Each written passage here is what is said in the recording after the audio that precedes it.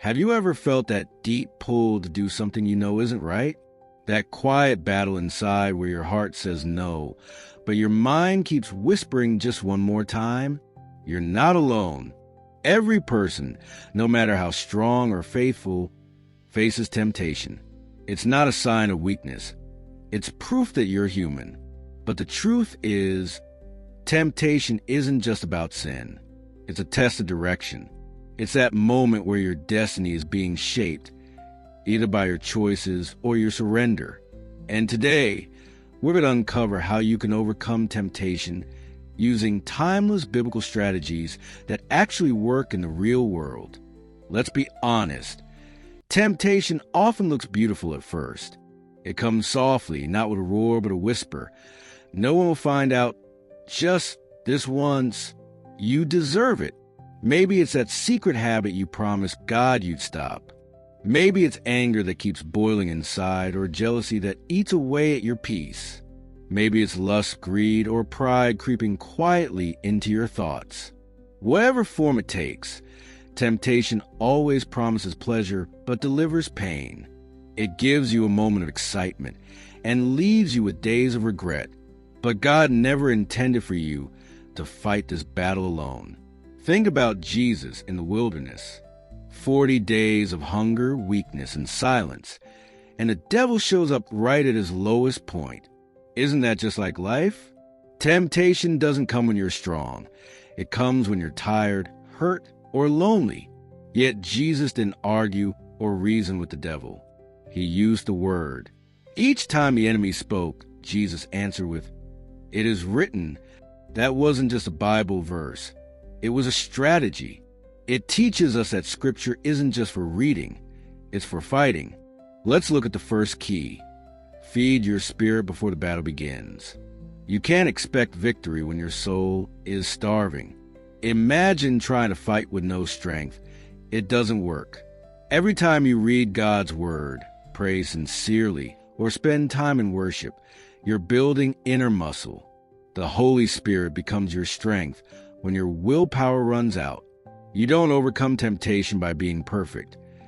You overcome by being prepared. When your heart is full of truth, lies lose their power.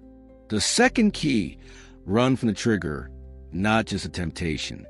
Joseph didn't pray for strength to resist Potiphar's wife. He ran. And that wasn't cowardice. It was wisdom. Sometimes the bravest thing you can do is leave the room. Turn off the phone, delete that chat, or end that friendship that keeps pulling you backward. The devil knows your weakness, but he also fears your distance.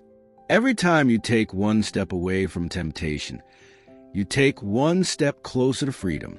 Third, replace the desire. Don't just suppress it. If you simply try to stop sinning, you'll fail. The human heart doesn't work like that. You can't remove something from your heart without replacing it. When you feel that pull towards sin, redirect it toward purpose. When you want to run to that habit, run to prayer instead. When you feel lonely, call a trusted believer. When you're tempted to watch, drink, or say something wrong, pause and ask yourself, what am I really craving right now? Pleasure or peace? Because peace lasts longer. The fourth strategy, remember the consequences before the action. The devil will always show you the sweetness of sin, never the bitterness that follows. Think of David. One moment on the rooftop changed his life forever. Temptation blinds you to the future, but wisdom looks ahead. When that urge comes, ask yourself, what will this cost me? Will it rob me of my peace? Will it break my connection with God? Will it bring shame or pain later? That simple reflection can break the chain before it forms. Finally, call for help. Don't fight alone. God placed people in your life not to judge you, but to hold you up. Confess to someone you trust. Talk to a mentor, a friend, or a pastor. James 5 verse 16 says, confess your sins to each other and pray for each other so that you may be healed. Healing happens in honesty, and the moment you stop hiding, temptation loses its control. When you begin to live this way, something shifts. You no longer see temptation as an enemy to fear, but as a moment to grow stronger. You start recognizing patterns, those times when the enemy whispers, and instead of falling, you rise. You find that victory is not in avoiding temptation, but in overcoming it with wisdom, preparation, and faith. You stop running from guilt and start walking in grace. And if you ever fall again, remember this: God's love hasn't changed. He's not surprised by your weakness. He's waiting for your return. His grace doesn't excuse sin, but it empowers transformation.